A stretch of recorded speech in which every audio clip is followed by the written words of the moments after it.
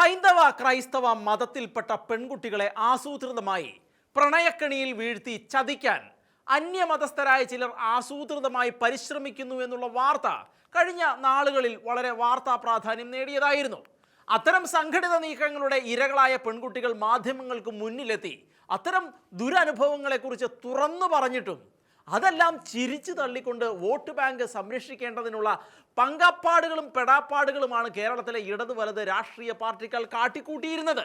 എന്നാൽ വെളുക്ക ചിരിക്കുന്ന മുഖവും വാഹനവും പണവും അടക്കം ആഡംബര ജീവിതത്തിന് ഉതകുന്ന സൗകര്യങ്ങളെല്ലാം കാണിച്ച് പെൺകുട്ടികളെ വശീകരിച്ചു കൊണ്ടുപോകുന്ന ഇത്തരക്കാർ അവരെ മയക്കുമരുന്ന് വാണിഭത്തിനും അനാശാസ്യ പ്രവർത്തനത്തിനും ഭീകരവാദങ്ങൾക്കും ഇരകളാക്കുന്നുവെന്നുള്ള വാർത്തകളെ അരക്കിട്ട് ഉറപ്പിക്കുന്ന വിധത്തിലാണ് എറണാകുളം സൗത്തിൽ നടത്തിയ റെയ്ഡിൽ അനാശാസ്യ കേന്ദ്ര നടത്തിപ്പുകാരനും മുഖ്യ സൂത്രധാരനുമായ അക്ബർ അലി എന്ന പെൺവേട്ടക്കാരനെയും അയാളുടെ കയ്യാളെയും അയാൾ വിരിച്ച വലയിൽ കുരുങ്ങി അനാശാസ്യ കേന്ദ്രത്തിൽ എത്തപ്പെട്ട ഉത്തരേന്ത്യക്കാരായ 6 പെൺകുട്ടികളെയും പോലീസ് അറസ്റ്റ് ചെയ്യുന്ന സാഹചര്യമുണ്ടായത്.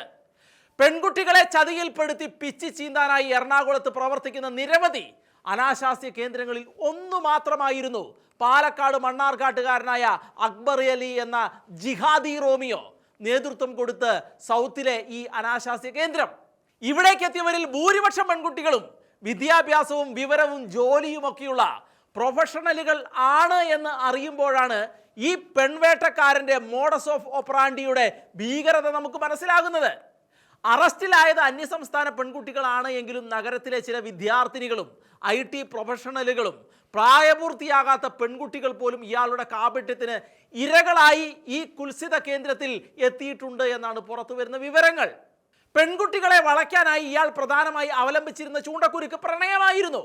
കാണാൻ സുന്ദരനായി ഇവർ നന്നായി വസ്ത്രം ധരിച്ച് വെളുക്കെ ചിരിച്ചുകൊണ്ട് IT സ്ഥാപനങ്ങളിലേക്കും സ്കൂളുകളിലേക്കും കോളേജുകളിലേക്കും മാളുകളിലേക്കും ആഡംബര വാഹനങ്ങളിലും മറ്റും പറന്ന് എത്തി പ്രണയം അഭ്യർത്ഥിക്കുമ്പോൾ അത് നിഷേധിക്കാനാകാത്ത വിധത്തിൽ പെട്ടുപോകുന്ന പെൺകുട്ടികളുടെ വികാരങ്ങളെ ഉണർത്തുന്ന സിന്തറ്റിക് ലഹരി ജ്യൂസിലും മറ്റും കലർത്തിയാണ് ലൈംഗിക വേട്ടയ്ക്കായി ഇത്തരം അനാശാസ്യ കേന്ദ്രങ്ങളിൽ എത്തിച്ചിരുന്നത്. ഒരിക്കൽ ഇവിടെ അകപ്പെട്ടു പോയാൽ ഊരിപ്പോകാനാകാത്ത വിധത്തിൽ അവർ കുടുങ്ങിപ്പോവുകയാണ് പതിവ്.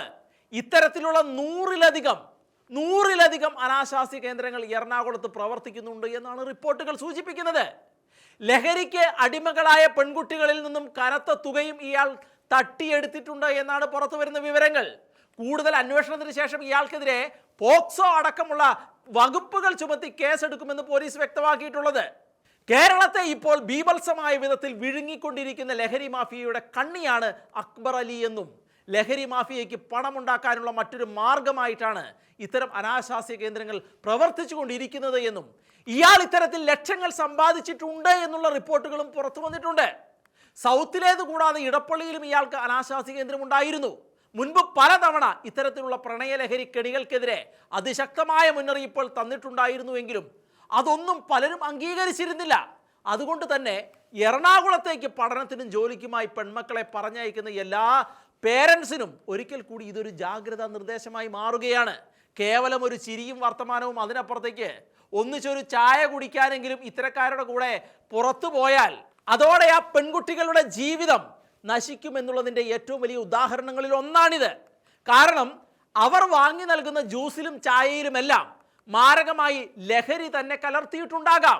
പണ്ട് കോഴിക്കോട് സരോവരം പാർക്കിൽ ഒരു ക്രൈസ്തവ പെൺകുട്ടിയെ ഇത്തരത്തിൽ കെണിയിൽപ്പെടുത്തി ജ്യൂസിൽ മയക്കുമരുന്ന് കലർത്തി കൊടുത്ത് നശിപ്പിക്കാൻ ഒരുങ്ങിയ സംഭവത്തിന്റെ അതേ മാതൃക തന്നെയാണ് ഇവരിവിടെ എല്ലാം നടത്തിക്കൊണ്ടിരിക്കുന്നത്. പഠനത്തിനും ജോലിക്കുമായി എറണാകുളത്ത് താമസിക്കുന്ന പെൺകുട്ടികളോട് വീണ്ടും ഓർമ്മപ്പെടുത്തുകയാണ്, നിങ്ങളുടെ രക്തം ഊറ്റി കുടിക്കാൻ ഇറങ്ങിയ ചെന്നായ്ക്കളായിരിക്കാം യാത്രാമധ്യേ നിങ്ങളുടെ മുൻപിൽ വശ്യമായ പുഞ്ചിരിയുമായി സൗഹൃദത്തിന് എത്തുന്നത്.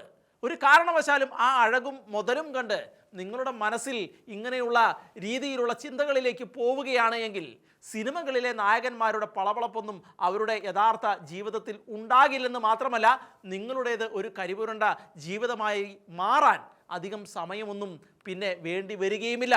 ഒരുപാട് ഉദാഹരണങ്ങളുണ്ട്. അതിൻ്റെ അടിസ്ഥാനത്തിൽ തന്നെയാണ് വീണ്ടും നമ്മൾ ഈ മുന്നറിയിപ്പ് നൽകുന്നത്.